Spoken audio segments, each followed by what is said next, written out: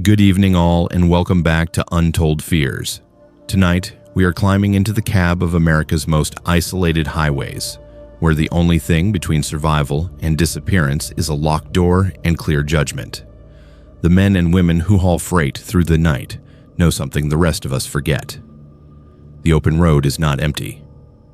It is watched, it is hunted, and it does not forgive carelessness. 10 truckers faced that truth in ways that changed them forever.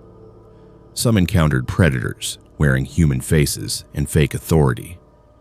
Others crossed paths with things that should not exist on any map. All of them made choices in the dark that determined whether they would see morning. If you are new here, make sure to subscribe to Untold Fears for daily true horror content that will keep you up at night. Hit that notification bell so you never miss when the darkness calls. Now, let us step into the shadows of the American interstate system where the white lines stretch into nothing and terror rides shotgun. This happened last October on Interstate 80 between Omaha and Cheyenne. I have been hauling freight for 11 years, mostly cross-country runs from the Midwest to the West Coast, and I have learned that the night shift belongs to people who understand isolation. My name is James, and I drive for a regional carrier based out of Des Moines. The loads are predictable, the routes are familiar, and the money is steady enough to keep me on the road 4 nights a week. I do not mind the solitude. I prefer it. That particular night, I was hauling auto parts from an Omaha distribution center to a warehouse outside Laramie. The trailer was loaded tight, roughly 38,000 pounds, well within legal limits. The weather was clear and cold, temperatures hovering around 35 degrees with no wind. I left the dock at 9 p.m. with a delivery window that opened at 6 a.m. the following morning. The drive should have taken 7 hours with 1 fuel stop and a 15-minute break somewhere past the Nebraska-Wyoming line. I had made this run at least 40 times before. I knew every exit, every truck stop, every stretch where the highway patrol liked to park. By 2 a.m., I was west of Sidney, Nebraska, moving through the empty plains where the interstate cuts straight through grassland for miles without variation. Traffic was non-existent. I had not passed another vehicle in 20 minutes. The moon was 3/4 full, bright enough that I could see the landscape rolling out flat and colorless on both sides of the road. My headlights were the only artificial light visible in any direction. That is when I saw the sedan. It was sitting on the right shoulder, roughly half a mile ahead, hazard lights blinking in steady rhythm. The vehicle was a dark-colored 4-door, possibly a Honda or Toyota, tilted slightly toward the drainage ditch. The hood was down and the trunk was closed. As I approached, I slowed from 68 miles per hour to about 45, scanning for signs of a driver. I did not see anyone standing near the car or walking along the shoulder. No flashlight beams, no movement at all. I've stopped for stranded motorists before. It is part of the unwritten code among people who spend their lives on highways. You help when you can, because someday you might need help yourself. I activated my 4-way flashers and pulled onto the shoulder about 30 yards behind the sedan. I left my engine running and grabbed the mag light I keep clipped to the driver's side door panel. The air outside was sharp and still, cold enough that my breath fogged immediately. The sedan was a 2015 Nissan Altima, dark blue with Colorado plates. The hazard lights were still blinking, which meant the battery had enough charge to keep them running. I walked up to the driver's side window and aimed my flashlight inside. The interior was empty. No person in the front or back seats, no visible luggage or personal items. The keys were in the ignition, turned to the accessory position. The fuel gauge showed half a tank. I moved around to the passenger side and checked the back seat through that window. That is when I noticed the trunk area. Through the rear windshield, I could see 3 black garbage bags piled in a way that suggested weight. They were the heavy-duty kind, tied at the top with what looked like yellow rope. The bags were positioned carefully, not thrown in carelessly. Something about the arrangement felt deliberate. I walked to the trunk and tested the handle. It was locked. I leaned closer and noticed something I had missed from the other angle. The rope tying the bags was not just on top of them. It was threaded through the emergency trunk release handle, binding it closed from the inside. Someone had made sure that trunk could not be opened from within. That was the first moment I considered leaving. But I did not leave. I walked back to the driver's side door and tried the handle. It was unlocked. The door opened smoothly, and the dome light came on, illuminating the empty interior. There was no smell, no visible blood, no signs of struggle. The seats were clean. The floor mats were in place. Everything looked ordinary, except for the fact that the car was abandoned on an empty highway in the middle of nowhere, with the keys still inside. I reached for one of the garbage bags through the gap between the front seats. The gunshot was close enough that I heard the crack before I processed what it was. The sound came from somewhere behind my truck, back in the direction I had been traveling. I dropped to a crouch instinctively, heart rate spiking. A second later, a voice shouted from the darkness, "Get the hell away from that car." The voice was male, rough, and angry. I could not see anyone. The landscape was too flat and open for someone to be hiding nearby, which meant whoever had fired was farther out than I thought. I stood slowly and backed toward my truck, keeping my eyes on the area where I thought the voice had come from. My flashlight beams swept across the empty shoulder and the grassland beyond. Nothing moved. I said, "Get away from it." This time the voice was louder, closer. I turned and ran the 30 yards back to my truck. My hands were shaking as I climbed into the cab and locked both doors. I killed my flashers, shifted into gear, and accelerated back onto the highway. I checked my mirrors constantly, waiting for headlights to appear behind me. They did. A dark pickup truck pulled onto the highway from the shoulder, maybe a quarter mile back. It had no headlights on, just running lights that made it barely visible. The truck accelerated quickly, closing the distance between us. Within 2 minutes, it was 50 yards behind me, matching my speed exactly. I pushed my rig up to 75 miles per hour. The pickup stayed locked on my bumper. I grabbed my CB radio and switched to channel 19. This is a westbound freightliner on I-80 near mile marker 68. I have a vehicle pursuing me without headlights. Repeat, dark pickup truck following me aggressively without lights. Anyone copy? Static. No response. The pickup moved into the left lane and pulled alongside my trailer. I could not see the driver through the tinted windows. The truck paced me for 30 seconds, then dropped back and moved into my lane again, positioning itself directly behind me. It flashed its high beams once, twice, 3 times. Then it accelerated and rammed my trailer. The impact was not hard enough to knock me off course, but it was deliberate. I felt the jolt through the entire rig. I accelerated to 80 miles per hour, watching my mirrors. The pickup matched my speed again and rammed me a second time, harder. My trailer fishtailed slightly before the weight stabilized it. I tightened my grip on the wheel and kept my speed steady. For the next 15 minutes, the pickup stayed behind me, sometimes close enough that I could not see its grille in my mirror, other times dropping back 50 yards before surging forward again. It never tried to pass. It never turned its headlights on. It just followed. Then I saw the blue and red lights. A Wyoming highway patrol cruiser was parked on the median near mile marker 85, facing eastbound with its light bar activated. I do not know if the trooper saw us coming or if someone else had called it in, but the moment those lights became visible in my mirror, the pickup truck decelerated sharply and swerved onto the right shoulder. By the time I passed the patrol car and looked back, the pickup was gone. It had turned around or exited somewhere. I did not see where. I pulled over at the next exit and waited in a truck stop parking lot for 40 minutes until a deputy from the Cheyenne County Sheriff's Office arrived to take my statement. I told him everything: the abandoned Nissan, the garbage bags, the rope on the trunk release, the gunshot, the chase. He wrote it all down on a small notepad, nodding occasionally, but not asking many follow-up questions. When I finished, he asked if I had dash cam footage. I did not. My company does not require them on older trucks, and I had never bothered installing one myself. He asked if I got a license plate number on the pickup. I had not. It happened too fast, and I was focused on keeping my rig on the road. He asked if I could describe the person who shouted at me. I could not. I never saw them.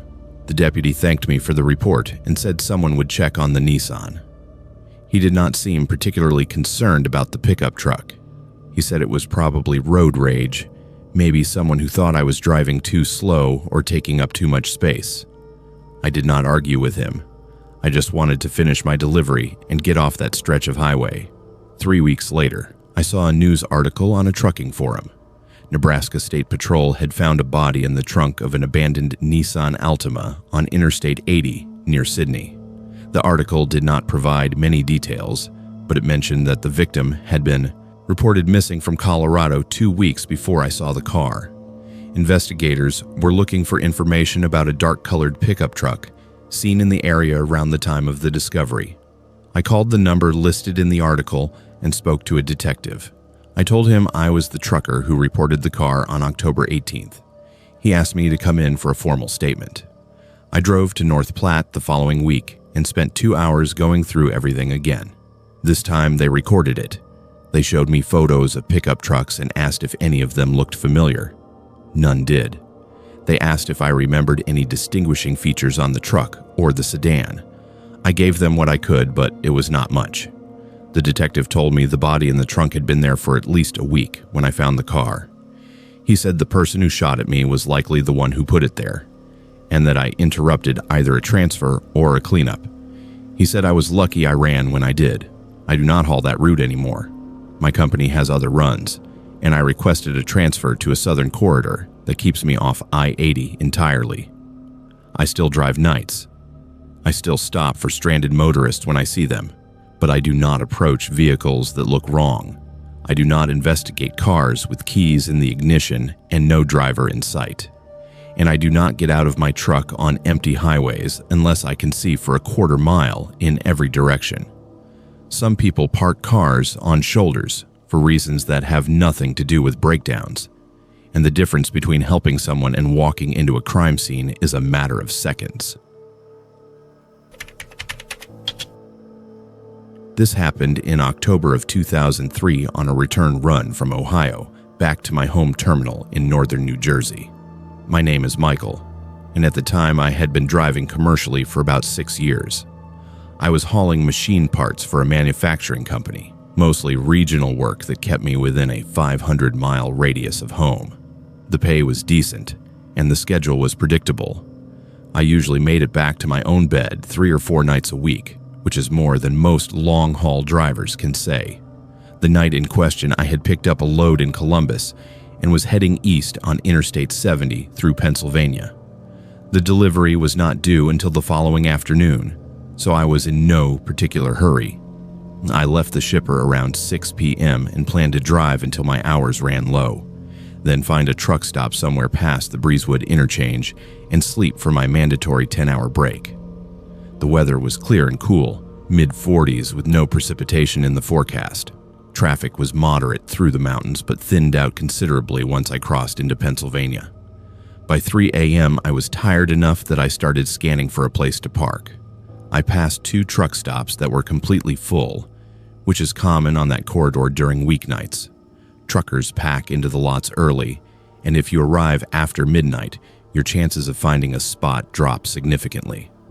I continued east for another 20 miles until I saw a smaller operation just off the highway near Somerset. It was an older facility, the kind that had been there since the 1980s and had not been updated much since. The sign said it was open 24 hours. The lot looked about half full. I pulled in and circled through the parking area, looking for an open space. There were maybe a dozen other trucks scattered around the lot, most of them with their curtains drawn and their engines off. I found a spot in the back row, positioned between 2 other Freightliners that were roughly the same size as mine. I backed in carefully, set my brakes, and killed the engine. The sudden silence was immediate and total. No wind, no traffic noise from the highway, just the faint ticking of my engine cooling down. I climbed into the sleeper cab, pulled the curtains closed on both side windows, and locked both doors from the inside. I keep a small wooden bat under the bunk, nothing fancy. just a 24-inch Louisville Slugger. I picked up at a sporting goods store years ago. I positioned it within reach and set my phone alarm for 1 p.m. That would give me 10 hours of rest with a little extra time to grab food and fuel before continuing to New Jersey. I fell asleep within minutes. The first bang came at 4:37 a.m. It was loud enough to wake me instantly, a heavy pounding on the passenger side door like someone hitting it with a closed fist. 3 rapid strikes, then silence. I sat up in the dark, disoriented, heart rate accelerating. I waited, listening. Nothing. No voices, no footsteps, no engine sounds from nearby trucks. I reached for the bat and moved to the front of the cab, staying low. I pulled back the edge of the passenger curtain and looked out. The parking lot was dark except for a few overhead lights positioned near the building. I could see the truck parked to my right, maybe 15 feet away. Its curtains were drawn. There was no one standing between our trucks, no one visible anywhere near my passenger door. I let the curtain fall back into place and checked my driver's side mirror. The truck to my left was equally dark and still. I saw no movement, no shadows, nothing that would explain the banging. Then it came again, this time on the driver's side. 3 heavy strikes, identical rhythm, same force. The sound was so loud it felt like the door was going to buckle inward. I spun toward the driver window and ripped the curtain open. Nothing, no one there. The space between my truck and the one to my left was empty. I could see all the way to the edge of the lot. There was nowhere for someone to hide. My hands were shaking now. I grabbed my phone and turned on the flashlight, aiming it out the driver window. The beam cut through the darkness, illuminating the pavement and the side of the truck next to mine. I swept the light back and forth, searching for any sign of a person. There was nothing. The banging started again. But this time, it was on both doors simultaneously. Left side and right side, perfectly synchronized, 3 strikes each in rapid succession. The entire cab shook from the impacts. I gripped the bat with both hands and pressed myself against the back wall of the sleeper compartment, as far from both doors as I could get. The banging continued, 6 more strikes on each side, then 12, then more. It was rhythmic and relentless, like someone had positioned themselves on both sides of the truck and decided to beat on the doors until I responded. I did not respond. I stayed exactly where I was, bat raised, watching both curtains for any sign that someone was trying to force entry. The locks held. The doors did not budge. But the noise was overwhelming, echoing inside the cab, making it impossible to think clearly. Then it stopped. Complete silence. I waited, breathing hard, straining to hear anything. Footsteps, voices, movement. There was nothing. I counted to 60 in my head, then moved back to the driver window and looked out. The lot was unchanged. No one was visible. The trucks around me were dark and motionless. I checked the passenger side. Same result. Empty space. No person, no vehicle, no explanation. That is when I heard the engines start. Both trucks flanking mine fired up simultaneously. The sound was sudden and startling, twin diesel engines roaring to life in perfect unison. I saw their exhaust stacks begin to emit white vapor into the cold air. Interior lights came on in both cabs. I could see silhouettes moving inside, drivers climbing into their seats. I did not hesitate. I dropped the bat, jumped into the driver's seat, turned the key, and started my own engine. I did not wait for it to warm up. I released the brakes, shifted into gear, and pulled forward out of the parking space. The 2 trucks on either side of me did the same. All 3 of us rolled toward the exit at the same time, moving in a loose convoy toward the highway. I did not look back. I merged onto Interstate 70 heading east and pushed my speed up to 70 miles per hour. I checked my mirrors constantly. The other 2 trucks were behind me, both heading in the same direction. One was a Freightliner like mine. The other was a Peterbilt with a refrigerated trailer. We stayed in that formation for about 5 miles. Then the Peterbilt exited at the next ramp. The other Freightliner continued east for another 10 miles before taking a different exit. I drove for another hour before pulling into a different truck stop near Bedford. This one was brightly lit and crowded, with at least 30 trucks parked in neat rows. I found a spot near the fuel island, close to the building, and parked under one of the overhead lights. I did not go back to sleep. I sat in the cab with the doors locked and waited for sunrise. At 7 a.m., I went inside and bought coffee. There was a CB radio mounted on the wall near the trucker lounge, set to channel 19. I sat down with my coffee and listened to the chatter. Drivers were talking about loads, traffic, weather, the usual topics.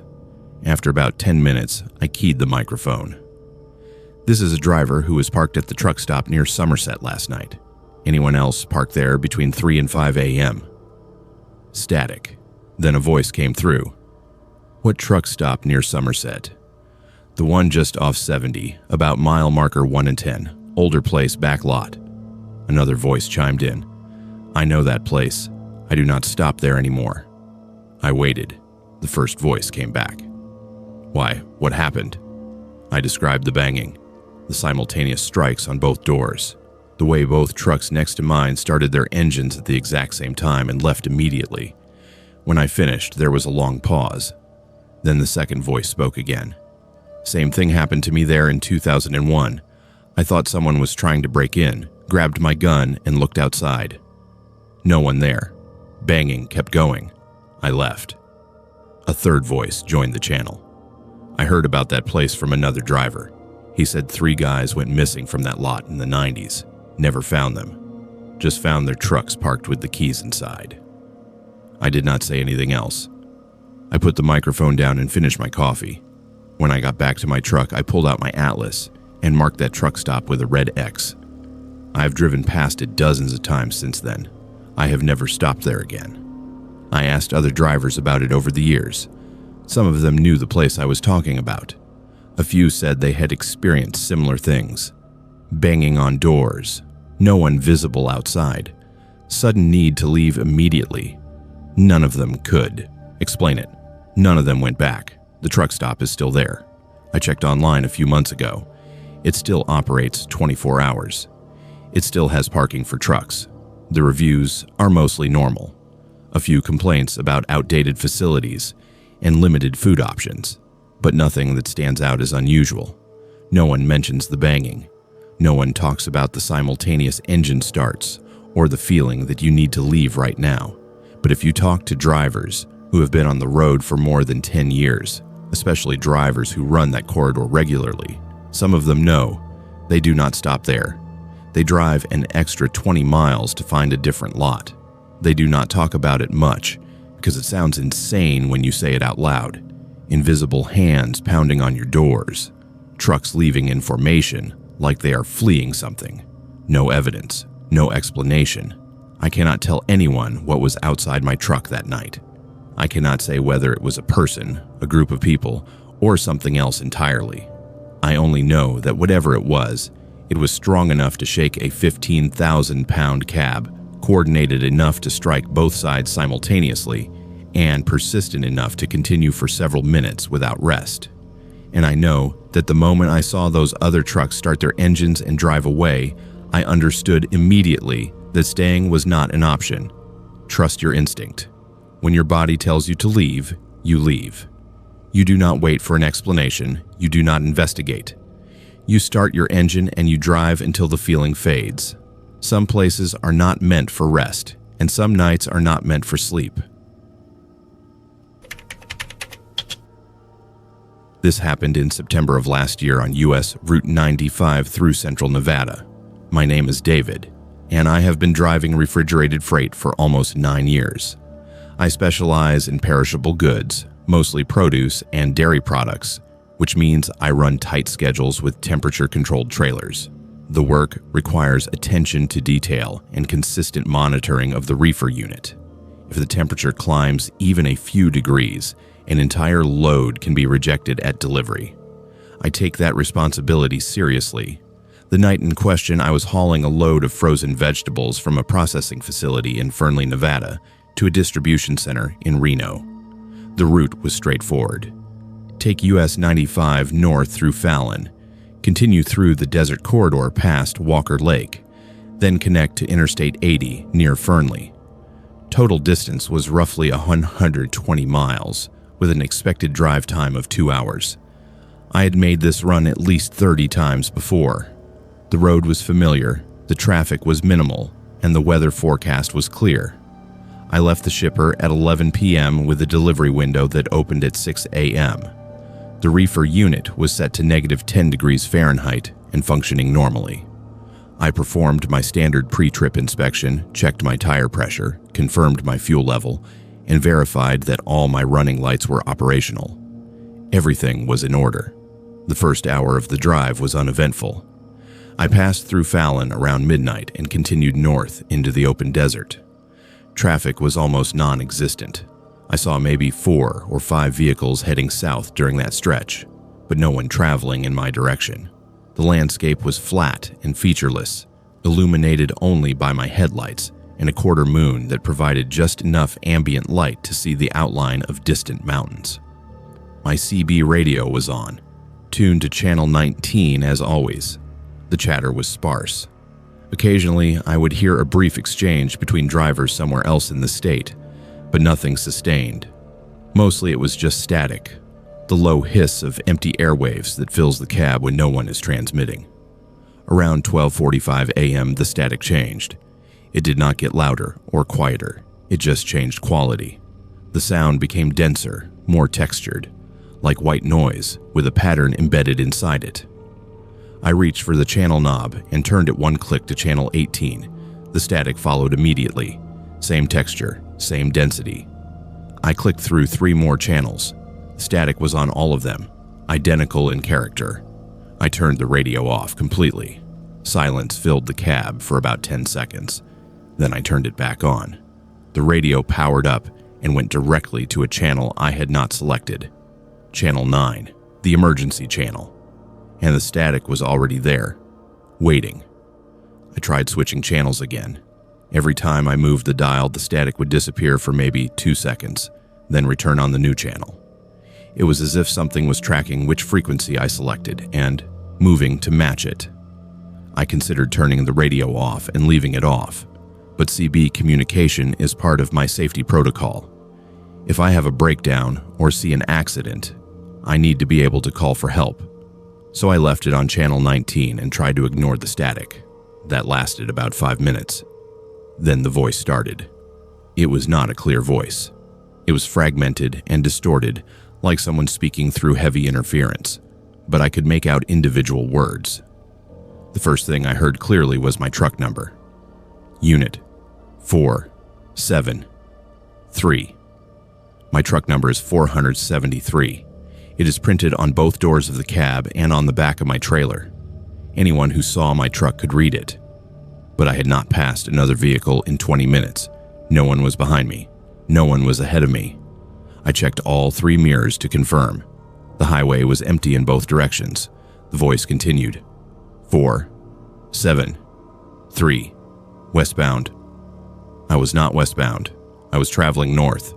Whoever was speaking either had the wrong truck or did not know their directions. I keyed my microphone. This is Unit 473.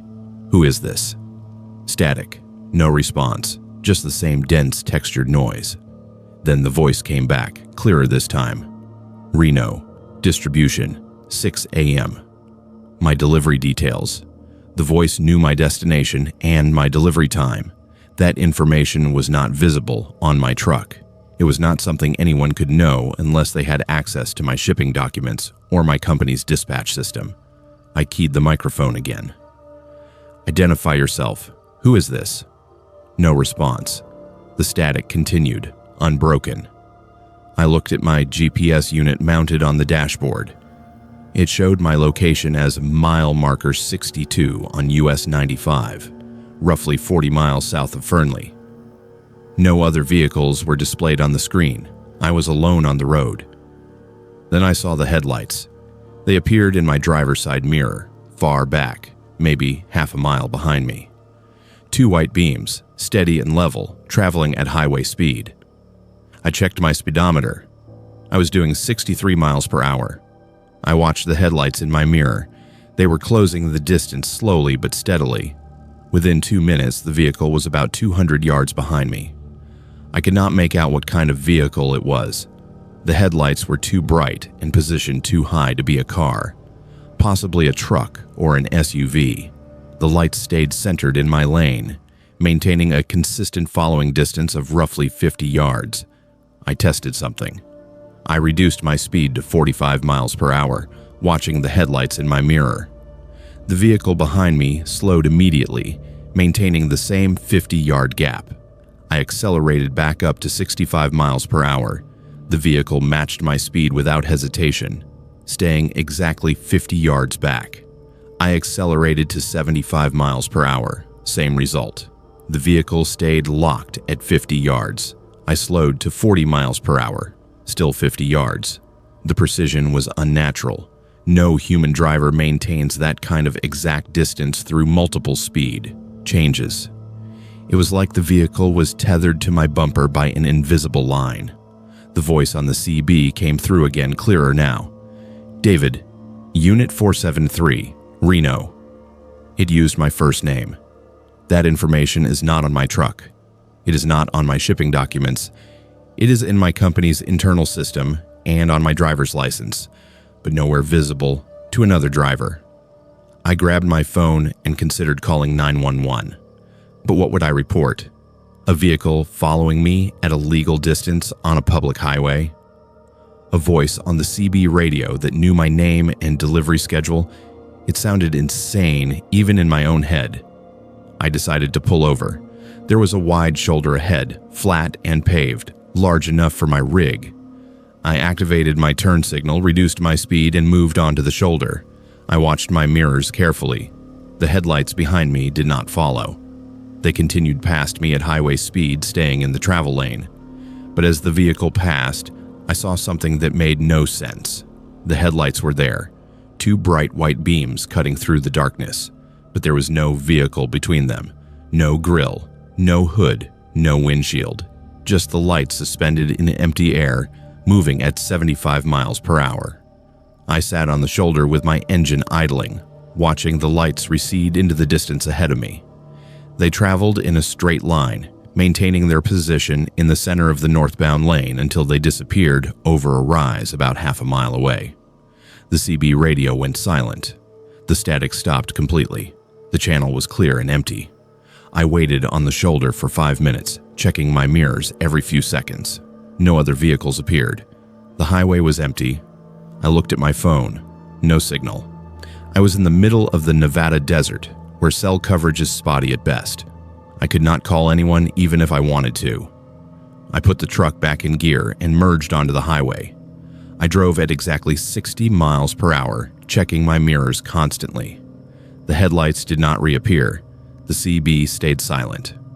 I continued north toward Fernley without incident. At 1:30 a.m., I pulled into a brightly lit travel center just off Interstate 80.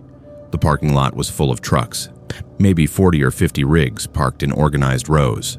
I fueled up, checked my reefer temperature, and went inside to use the restroom. When I came back out, I walked around my truck with a flashlight, inspecting every surface.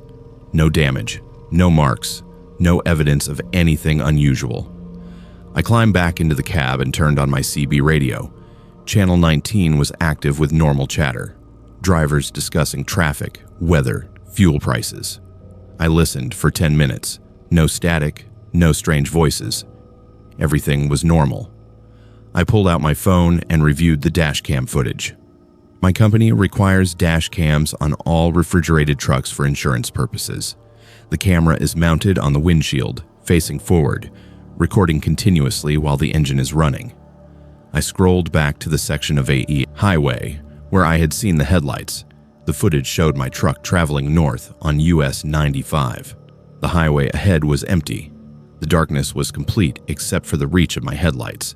I advanced the footage to the moment when I had slowed down and the vehicle behind me had matched my speed. The camera recorded only the road ahead, but in the faint reflection on my windshield, I could see the glow of headlights behind me, maintaining that perfect 50-yard distance. I forwarded to the moment when I pulled onto the shoulder. The footage showed my truck decelerating and moving right. As the vehicle passed me, the camera captured nothing. No truck, no SUV, no vehicle of any kind, just the highway, empty and dark. but the glow was there in the windshield reflection. 2 white lights traveling at speed, passing my position and continuing north. I saved the footage and uploaded it to my company's cloud storage system. I did not file a formal report because I did not know what to report. The incident was over. I was safe. My load was secure. There was no damage and no delay. I completed the delivery to Reno at 5:45 a.m., 15 minutes ahead of schedule. The receiving clerk inspected the load, verified the temperature logs, and signed the paperwork. Everything was in order. I drove back to my home terminal in Sparks and parked my truck. I did not mention the incident to my dispatcher or anyone else in the company.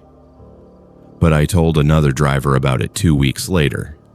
He listened to the whole story without interrupting.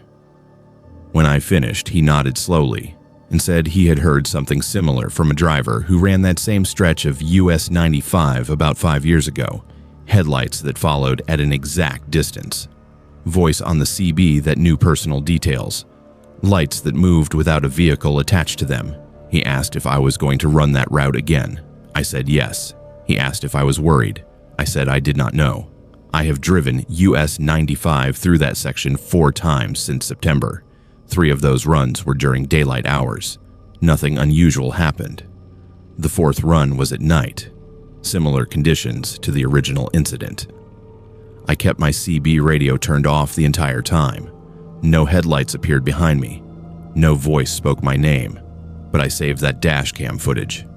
And I check it sometimes when I am trying to make sense of what I saw. The reflection in the windshield is still there. 2 lights perfectly spaced, traveling at speed with nothing between them. Some things do not have explanations. Some things just are. The winter of 2018 to 2019 was one of the coldest and darkest in recent memory for the small Alaskan town of McCarthy, population 250. The sun disappeared for nearly 2 months. The temperatures dropped to 40 below zero, and the snow piled so high that some houses were buried up to their windows. It was the kind of winter that tested the resolve of even the hardiest residents, the kind that made people wonder why anyone would choose to live in such an unforgiving place. But what made that winter truly unforgettable was not the cold or the darkness. It was the fact that 3 people vanished without a trace over the course of 12 weeks, disappearing one by one in a pattern so disturbing that it still haunts those who remain.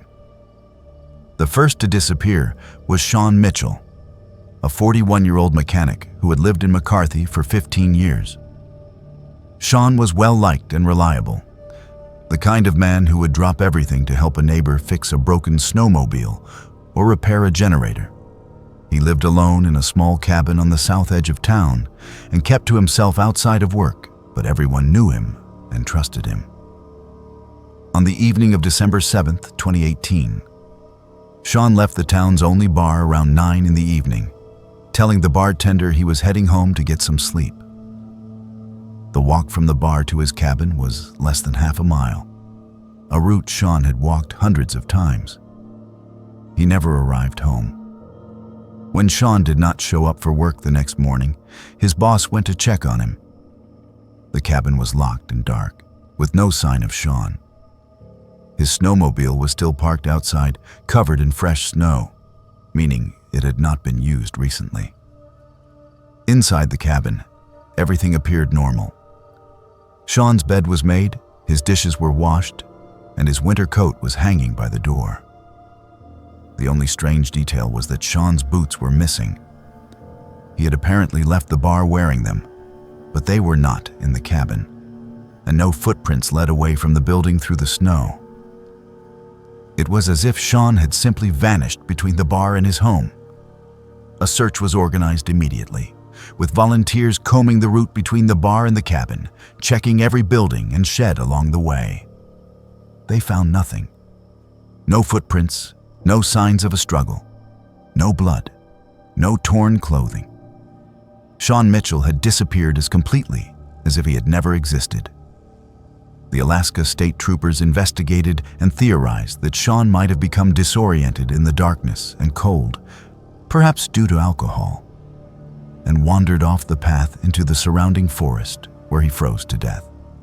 But this theory did not explain the lack of tracks or why an experienced Alaskan would become so disoriented on a familiar route in his own town.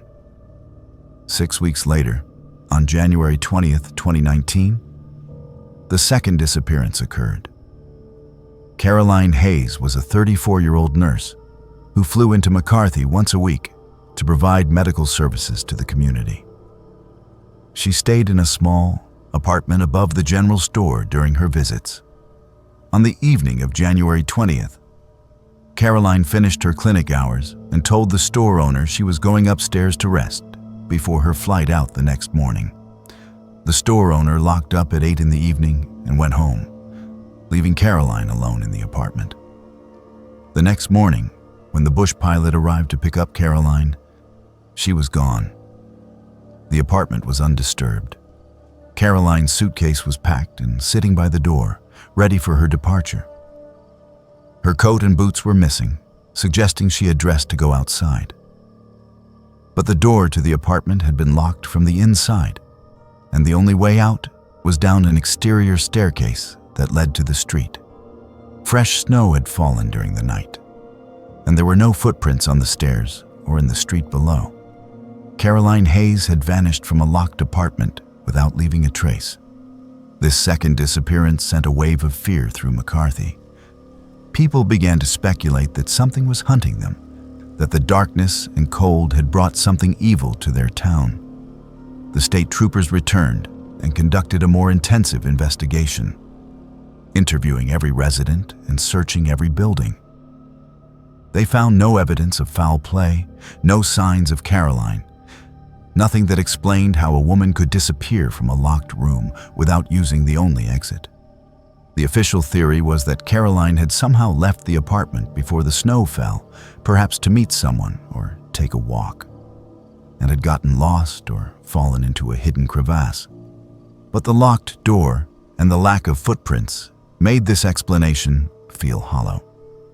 The third disappearance happened on March 3rd, 2019, just as the sun was beginning to return for more than a few hours each day.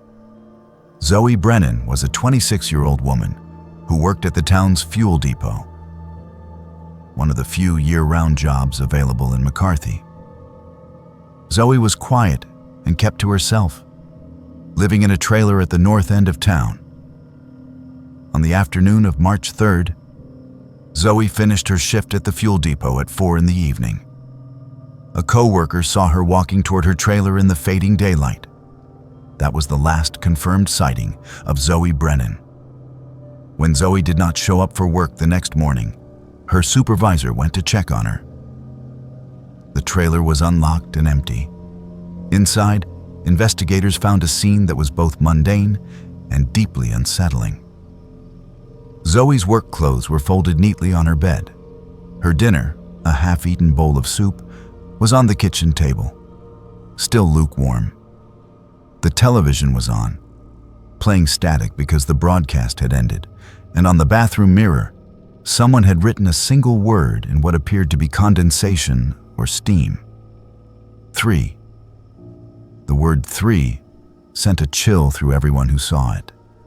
It seemed to suggest that the disappearances were not random, that they were deliberate, and that whoever or whatever was responsible was counting. But counting what? Victims? Warnings? No one knew, and the ambiguity made it even more terrifying.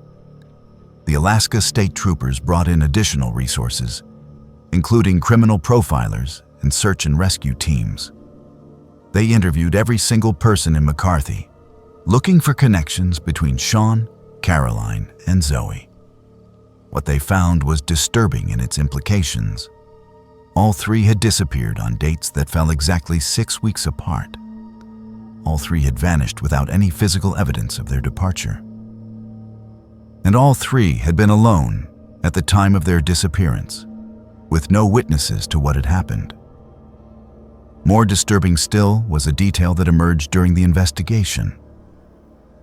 A local woman named Linda, who had lived in McCarthy for 30 years, came forward with information she had been afraid to share. She told the troopers that similar disappearances had occurred in the winter of 1989 to 1990, 30 years earlier. 3 people had vanished that winter, one every 6 weeks, all without a trace. Linda had been young at the time and remembered the fear that had gripped the town. The disappearances had stopped after the 3rd victim, and life had eventually returned to normal. People tried to forget, but Linda had never forgotten. And when the pattern repeated itself in 2019, she knew it was not a coincidence. The troopers searched through old records and confirmed Linda's story. In the winter of 1989 to 1990, 3 McCarthy residents had indeed disappeared under mysterious circumstances. The cases had never been solved. The files were still open but had long since gone cold. The similarities to the 2019 disappearances were undeniable. The 6-week intervals, the lack of physical evidence, the sense that something was deliberately taking people. But why every 30 years? And why always 3 people? And why did it stop after the 3rd victim? These questions haunted the investigation, and no answers were found. The troopers explored every possible explanation: serial killer, cult activity, human trafficking, even animal attacks. Though no animal could explain the locked doors and missing footprints, nothing fit. The evidence, or rather, the lack of evidence, defied logical explanation. As winter turned to spring in 2019, the people of McCarthy waited in terror for a 4th disappearance. But it never came. 6 weeks passed, then 12, then 20. No one else vanished. It was as if whatever had taken Sean, Caroline, and Zoe was satisfied and had moved on. Or perhaps it was simply waiting, counting down the years until 2049, when it would return and claim 3 more victims. To this day, none of the 3 have been found. No bodies, no clothing, no evidence of what happened to them. The official files list them as missing persons, likely deceased due to exposure or misadventure. But those who lived through that winter in McCarthy know the truth is darker and stranger than any official report can capture. And there is one more detail that has never been made public, something that only a handful of people know. In the weeks following Zoe's disappearance, 2 other residents of McCarthy found messages in their homes. One found the word 3 written in frost on the inside of their bedroom window. Another found it scratched into the wooden door of their shed. Both people left McCarthy within days and have never returned. The town still exists, smaller now than it was in 2019. Some families left after that winter, unable to live with the fear and the unanswered questions. Those who remain do not talk about what happened, especially not to outsiders. They go about their lives, work their jobs, endure the long winters. But every December, when the darkness returns and the temperature plummets, they count the weeks and hold their breath and pray that the pattern will not repeat. Not this year. Not yet. And they wonder who will be chosen when it does. This happened last October in rural Kansas on a return trip from Denver back to my home terminal in Kansas City. My name is William, and I have been driving commercially for 12 years. I specialize in dry goods, mostly packaged foods and household products for major retail chains. The work is steady, and the routes are predictable. I know the highways between Colorado and Missouri better than I know my own neighborhood. The night in question, I had delivered a load to a distribution center outside Denver and was heading back empty. Running empty means no cargo weight, which translates to better fuel economy and faster speeds. I left Denver at 8 p.m. and planned to drive straight through to Kansas City, arriving around 5 a.m. The weather was clear and mild for October, Temperatures in the mid-50s with no wind. Traffic was light once I cleared the Denver metro area and got onto Interstate 70 heading east. By 10 p.m., I was crossing into Kansas. The landscape flattened out, transitioning from the foothills of the Rockies to the endless plains that define the central part of the state. I passed through a few small towns, mostly dark except for scattered streetlights and the occasional gas station. The highway was nearly empty. I counted maybe 6 vehicles during the first hour in Kansas, all of them heading west. Around 11 p.m., I started feeling the fatigue. I had been awake since 5 a.m. and driving for most of the day. Federal regulations allow up to 11 hours of driving within a 14-hour window, and I was approaching my limit. I needed a 10-hour rest break before I could drive again. I started looking for a place to park. There are not many options on that stretch of Interstate 70. The truck stops are spaced far apart, and most of them fill up early in the evening. I passed one near Colby that was completely packed, trucks lined up in every available space, with some parked along the edge of the lot in areas that were not designated for parking. I continued east, hoping to find something with more room. About 15 miles past Colby, I saw a sign for a truck stop at the next exit. I had never stopped there before, but the sign looked legitimate. It advertised fuel, food, and parking. I took the exit and followed a 2-lane road south for about half a mile. The truck stop appeared ahead, a single building with exterior lighting and a large paved lot. There were no other trucks visible, which seemed unusual but not alarming. Sometimes smaller operations stay empty because drivers prefer the bigger chains. I pulled into the lot and circled once to check the layout. The pavement was in good condition, freshly sealed with clear line markings. The building looked maintained, with clean windows and functioning lights. There were no visible signs of abandonment or disrepair. I chose a spot near the center of the lot, away from the building but with good visibility in all directions. I backed into the space, set my air brakes, and killed their engine. The sudden silence was complete. No traffic noise from the highway. No sounds from the building. Just stillness. I climbed into the sleeper cab, set my alarm for 9 a.m. and locked both doors from the inside. I keep a small survival kit under the bunk that includes a knife, a flashlight, and a first aid kit. I positioned the flashlight within reach and lay down fully clothed. I do not change into sleeping clothes when I rest in the truck. I want to be ready to drive immediately if something happens. I fell asleep within minutes. I woke to voices and flashing lights. My first thought was that I had overslept and missed my alarm. I grabbed my phone and checked the time. It was 9:14 a.m. I had slept for just over 10 hours, but something felt wrong. The light coming through the curtains was too bright, and the voices outside were too loud. I pulled back the driver's side curtain and looked out. 3 Wyoming Highway Patrol vehicles were parked behind my truck, light bars flashing. 4 officers were standing near my trailer, looking at something on the ground. One of them noticed me and walked toward the driver's side door. I unlocked the door and rolled down the window. The officer was young, maybe late 20s, with a neutral expression that gave nothing away. He asked for my license and registration. I handed them over and asked what was happening. "You tell me," he said. "What are you doing parked on the shoulder of Interstate 80? I stared at him. "I am not on Interstate 80. I am parked at a truck stop off exit 76.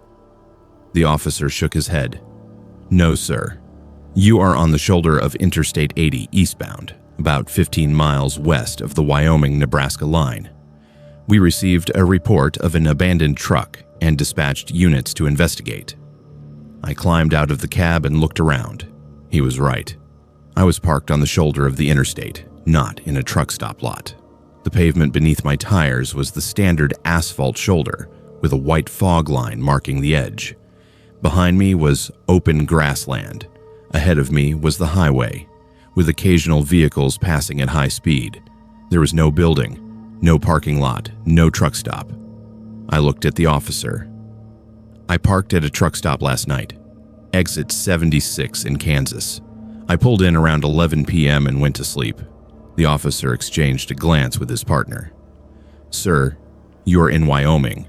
The Kansas border is about 40 miles east of here, and we are standing on Interstate 80, not a secondary road." I checked my phone. The GPS showed my location as mile marker 332 on Interstate 80 in Wyoming. I pulled up my truck's electronic logging device on my phone. The ELD records showed me parked at the Kansas truck stop from 11:07 p.m. until 9:02 a.m. Then there was a 2-hour gap in the data. No driving recorded, no movement logged. At 11:04 a.m., the system showed me as stationary at my current location on the Wyoming shoulder. I showed the officer my ELD records. He looked at the screen, then looked at me. "So, according to this, your truck was in Kansas at 9 a.m. and in Wyoming at 11 a.m., but there is no record of you driving between those 2 points." "That is correct," I said. "I do not remember driving anywhere. I went to sleep in Kansas and woke up here." The second officer joined us. He asked if I had been drinking or using drugs. I said no. He asked if I had any medical conditions that might cause blackouts or memory loss. I said no. He asked if anyone else had access to my truck. I said no. Both doors had been locked from the inside when I woke up. The keys were still in the ignition where I had left them. The first officer walked around my truck, inspecting the exterior. He came back and said there were no signs of forced entry, no damage to the locks or doors, no evidence that anyone had tampered with the vehicle. He asked if I had seen anyone near my truck during the night. I said no. I had been asleep the entire time. One of the other officers approached and said they had reviewed the dashcam footage from their patrol car. It showed a man in a black jumpsuit running from my truck into the adjacent field around 8:50 a.m. The man had been inside the cab or near the driver's side door when the patrol car arrived. He fled immediately and disappeared into the tall grass. I asked to see the footage. They played it on a tablet. The video showed my truck parked on the shoulder, with the driver's side door partially open. A figure in dark clothing climbed down from the cab, looked toward the approaching patrol car, then ran into the field. The person moved quickly, covering about 50 yards in less than 10 seconds before disappearing from view. I told them I had no idea who that was. I had been asleep. My doors were locked. I did not hear anyone enter the truck. The officers searched the cab and the sleeper compartment, but found no evidence of another person, no personal items, no fingerprints other than mine, no indication that anyone had been inside. They asked if I was willing to submit to a sobriety test. I agreed. I passed. They asked if I would consent to a medical evaluation. I agreed to that as well. A paramedic unit arrived and performed a basic assessment. Blood pressure normal, heart rate normal, no signs of trauma or intoxication. The paramedic asked if I felt confused or disoriented. I said I felt fine except for the fact that I had apparently been relocated 140 miles from where I went to sleep. The officers spent another hour documenting the scene and questioning me. They took photographs of my truck, my ELD screen, and the surrounding area. They searched the field where the man in the jumpsuit had run but found no trace of him. Eventually, they told me I was free to go, but that I should expect follow-up questions from investigators. I drove to the nearest truck stop and parked in a well-lit area near the fuel island. I called my company and explained what had happened. My dispatcher was silent for a long time before asking if I was serious. I told him I was. He said he would review my ELD data and get back to me. An hour later, he called and confirmed that the system showed a 2-hour gap with no explanation. The truck's GPS tracker showed the same thing. At 9:02 a.m., I was at the Kansas truck stop. At 11:04 a.m., I was on the Wyoming shoulder. No travel data in between. 2 weeks later, I received a call from an investigator with the Wyoming State Patrol. He said they had received 2 other reports from truck drivers who claimed to have experienced similar relocations. Both incidents involved drivers who parked at the same Kansas truck stop, went to sleep, and woke up miles away with no memory of driving. In both cases, the drivers reported locked doors and missing time on their ELD systems. In one case, another driver reported seeing a man in dark clothing near the truck shortly before the driver woke up. The investigator asked if I had been back to that truck stop. I had not. He said the facility had been temporarily closed for investigation and that the property owner was cooperating with authorities. He did not provide additional details. I checked online forums where truck drivers share information about routes and facilities. I found 3 posts from drivers who mentioned strange experiences at that same truck stop. One driver said he woke up 20 miles from where he parked. Another said his truck was moved during the night, but he had no memory of it. A third driver said he saw someone standing next to his truck in the middle of the night, but when he turned on his lights, the person was gone. I marked that location in my GPS as a place to avoid. I have driven past the exit twice since then. Both times I noticed the truck stop was still there, lights on, lot empty. I did not stop. I do not have an explanation for what happened that night. I do not know how my truck was moved 140 miles without waking me or triggering my ELD system. I do not know who the man in the black jumpsuit was or why he was in my cab. I only know that I went to sleep in one state and woke up in another with no memory of the journey between them. Some places operate by rules that do not make sense, and some nights erase themselves from record. This happened in October of last year during a cross-country haul from Sacramento, California to Nashville, Tennessee. My name is Sophia, and I have been driving commercially for 8 years. I am one of the few solo female truckers in my company's fleet, and I take that responsibility seriously. I maintain my equipment meticulously. I follow all safety protocols, and I stay alert to my surroundings at all times. The industry can be dangerous for anyone, but women face additional risks that require constant awareness. The load in question was electronics, specifically computer components and networking equipment destined for a regional distribution center outside Nashville. The cargo was high value, roughly $300,000 worth of merchandise, which meant I was required to follow strict security procedures. No unscheduled stops, no overnight parking in unsecured areas, GPS tracking monitored continuously by dispatch. I had hauled similar loads before and understood the risks. Cargo theft is a major problem in the industry, and electronics are a prime target. I left Sacramento at 6 a.m. on a Tuesday morning with a delivery window that opened Thursday at noon. The route was straightforward: Interstate 80 east through Nevada and into Utah, then south on Interstate 15 to Interstate 70, continuing east through Colorado, Kansas, and Missouri before dropping south into Tennessee. Total distance was roughly 2,100 miles, with planned stops for fuel, food, and mandatory rest breaks. The first day was uneventful. I made good time through Nevada and stopped for the night at a secure truck stop outside Salt Lake City.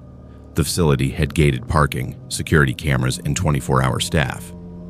I inspected my trailer seals before going to sleep and photographed them for my records. Everything was intact. Day 2 started at 5 a.m. I performed my standard pre-trip inspection, checking tire pressure, lights, brakes, and trailer seals. The seals were undisturbed, still displaying the same serial numbers I had photographed the night before. I pulled out of the truck stop and continued east on Interstate 80. Around 9 a.m., I started hearing sounds from the trailer. They were faint at first, almost imperceptible over the road noise and engine rumble, scraping sounds like metal sliding across metal. I reduced my speed and listened carefully. The sound continued, irregular and inconsistent. It would last for a few seconds, then stop, then start again. I convinced myself it was normal cargo shifting. Electronics are packed in boxes on pallets, secured with straps and shrink wrap. Sometimes the load settles during transport, especially on uneven roads or during turns. The scraping sound could be pallets moving slightly against the trailer walls. It was not unusual. I continued driving. The sounds persisted but did not get worse. By 11 a.m., I was in western Wyoming, approaching the scheduled fuel stop at a truck stop near Rock Springs. I pulled in, fueled up, and walked around my trailer during the mandatory break. The seals were still intact. I checked the trailer doors, looking for any signs of tampering. Everything appeared normal, but the scraping sounds had been joined by something else. Occasional thuds, like something heavy being dropped or moved inside the trailer. The sounds were coming from the front section of the cargo area, maybe 15 feet back from the cab. I stood next to the trailer and listened. The sound stopped. I waited for 5 minutes. Nothing. I considered opening the trailer to inspect the cargo, but doing so would break the seals, which would require filing a report with my company and explaining the reason. If the cargo was fine, and I had broken the seals unnecessarily, it would reflect poorly on my record. I decided to wait. I would monitor the sounds for the next 100 miles. If they continued or got worse, I would pull over at the next secure facility and call dispatch for guidance. I got back on the highway and continued east. The sounds resumed within 20 minutes. Scraping, thudding. Now accompanied by a new sound that I could not identify. A rhythmic tapping, almost like someone knocking on the interior wall of the trailer. I turned off the radio and opened my window slightly to hear better. The tapping continued, irregular but persistent. 3 taps. Pause. 2 taps. Pause. 4 taps. It did not sound like cargo shifting. It sounded deliberate. That is when I heard the CB chatter. A driver on Channel 19 was reporting a stolen vehicle. Dark blue SUV, Colorado plates, last seen near the Utah-Wyoming border. The vehicle had been taken from a rest area parking lot while the owner was inside the building. Police were looking for it along Interstate 80 eastbound. I did not think much of it at the time. Vehicle theft is common at rest areas and truck stops. But something about the timing bothered me. I had been parked at a rest area the night before in Utah. I had not seen a dark SUV, but I had not been paying attention to other vehicles either. The sounds from my trailer grew louder. The tapping became banging. Someone was definitely inside my trailer. I grabbed my phone and called dispatch. I explained the situation, the sounds, the timing, the possibility that someone had entered my trailer during one of my stops. The dispatcher told me to proceed to the nearest secure location and wait for instructions. She gave me an address for a truck stop in Laramie that had 24-hour security and law enforcement presence. It was 40 miles ahead.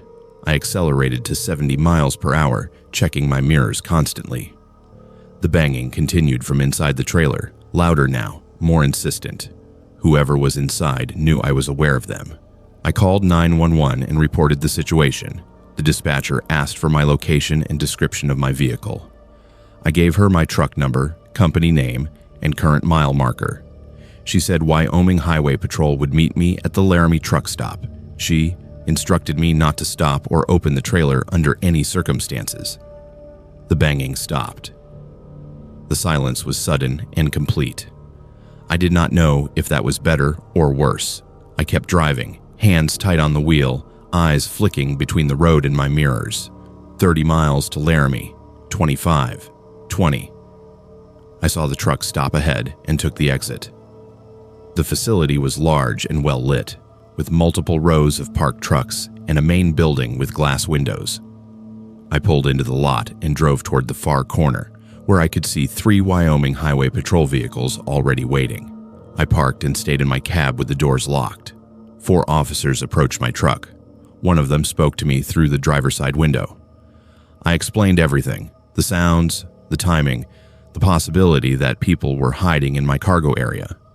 The officer asked if I had opened the trailer at any point during the trip. I said no. He asked if the seals were intact. I said yes, as far as I could tell. 2 officers walked to the back of my trailer with flashlights. They inspected the seals and confirmed they appeared undamaged. 1 officer returned and said they were going to open the trailer with my permission. I gave it. I climbed out of the cab and stood near the patrol cars while they worked. The lead officer used bolt cutters to remove the seals. He opened the right door first, shining his flashlight inside. Then he opened the left door. He motioned to his partner, and both of them drew their sidearms.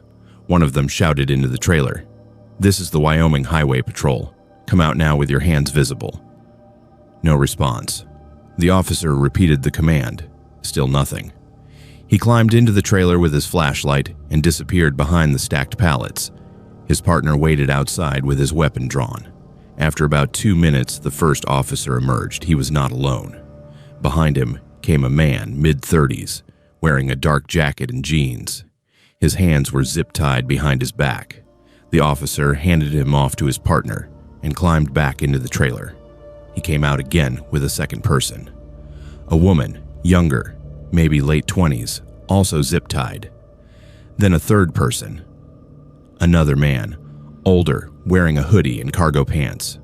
All three were escorted to the patrol cars and placed in separate vehicles. The lead officer returned to where I was standing. 3 suspects, he said, hiding in your cargo area, armed with knives and a crowbar. They entered your trailer during your stop at the way station in New Mexico.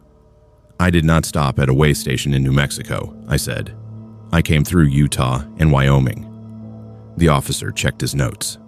My mistake. Not a way station. A rest area. You stopped at a rest area near the Utah-Wyoming line last night around 10 p.m. That is when they entered. I remembered the stop.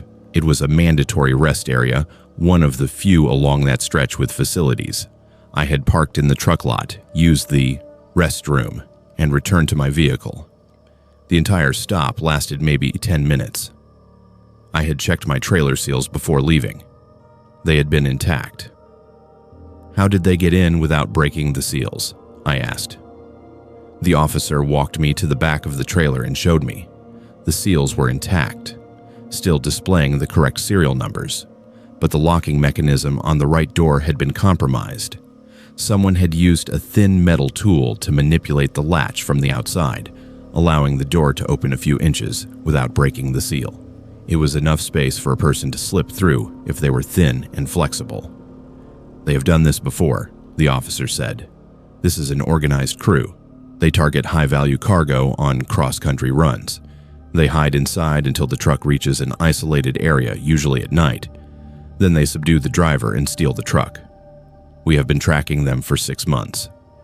He explained that the suspects had tools, burner phones, and detailed notes about my route and schedule. They knew when I was scheduled to stop and where. They had been monitoring my truck since Sacramento, waiting for the right moment to act. What were they waiting for? I asked. They were waiting for you to reach Colorado or Kansas, he said. Somewhere remote, probably your next rest stop. They would have come through the access panel between the trailer and the sleeper cab while you were sleeping. I felt cold. I had been hauling 3 armed people in my trailer for over 200 miles. They had been 15 feet behind me the entire time, waiting for the right moment to move forward. All 3 suspects were arrested and charged with multiple felonies, including cargo theft, attempted kidnapping, and conspiracy. The investigation revealed they had successfully hijacked 2 other trucks over the past year, using the same method. One driver had been injured and hospitalized. Another had been tied up and left in a field. My company implemented new security protocols following the incident. All high-value loads now require multiple seal checks throughout the journey, including visual inspections at every fuel stop. Drivers are encouraged to inspect trailer interiors whenever suspicious sounds are heard, regardless of seal status. And all trailers hauling electronics now have interior motion sensors that alert dispatch if movement is detected inside the cargo area. I still drive cross-country routes. I still haul high-value cargo, but I do not ignore sounds from my trailer anymore. If I hear scraping, thumping, or tapping, I pull over immediately and call for assistance. Cargo does not tap on walls. Cargo does not move with rhythm.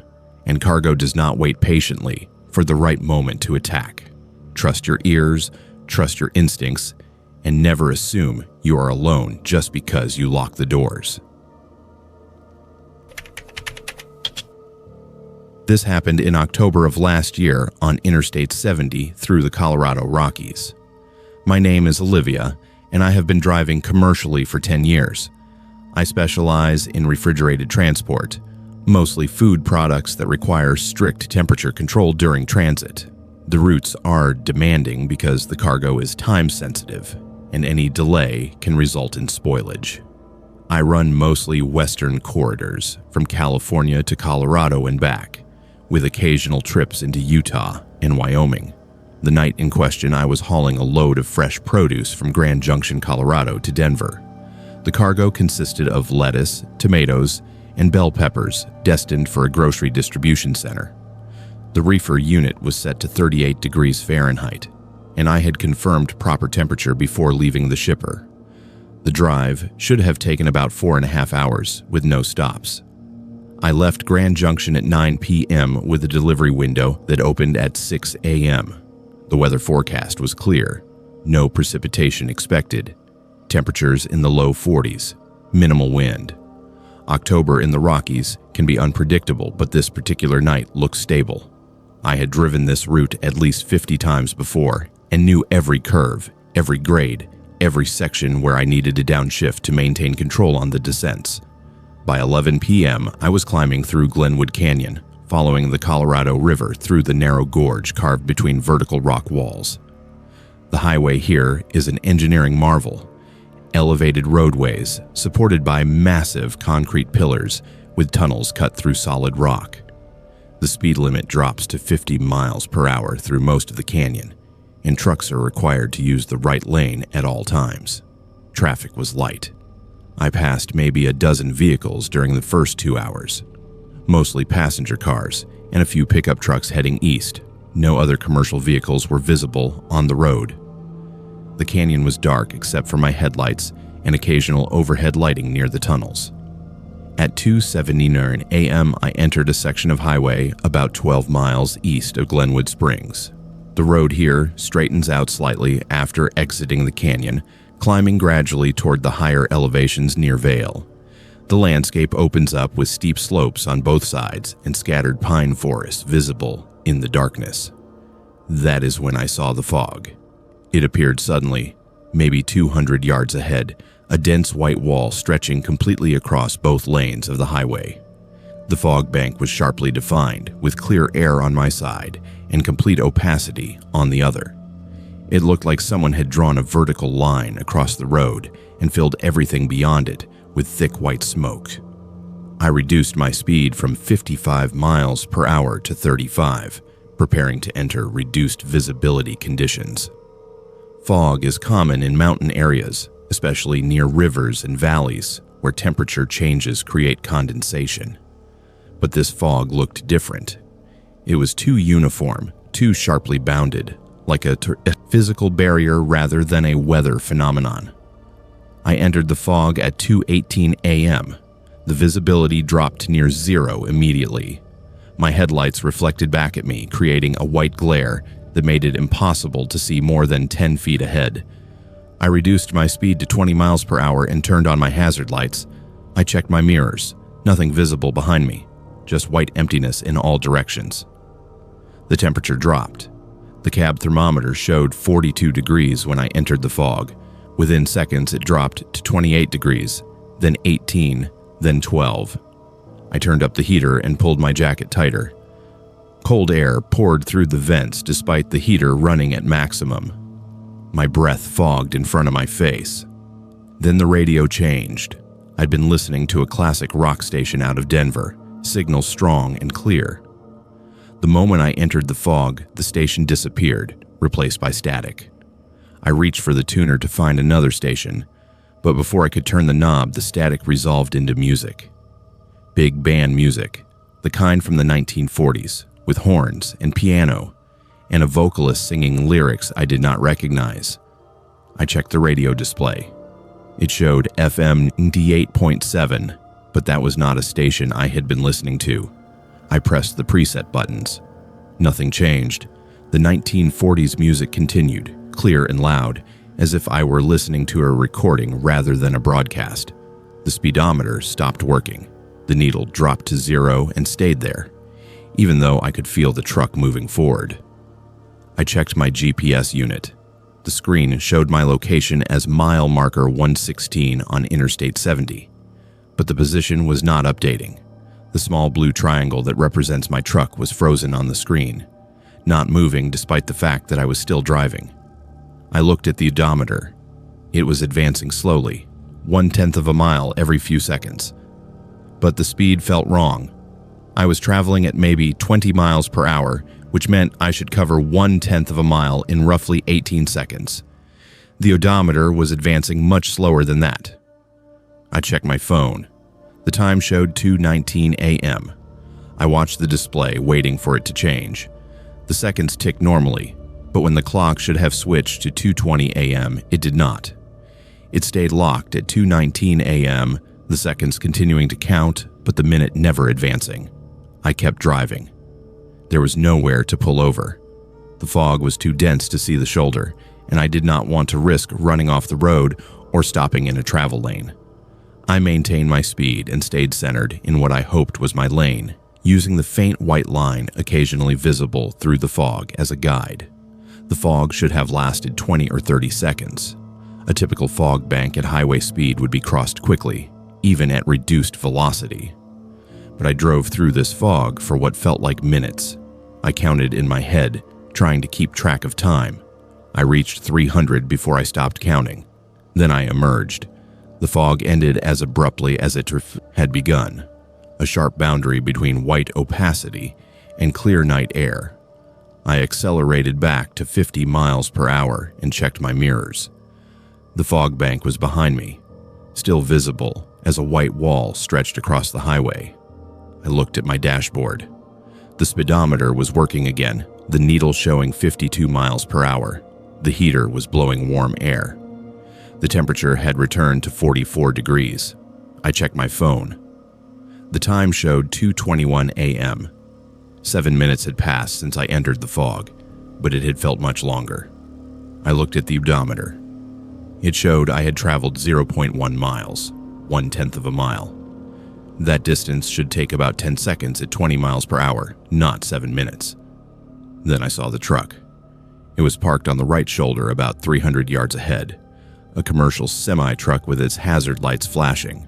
The rig looked old, maybe from the 1980s, with a squared-off cab design and faded paint.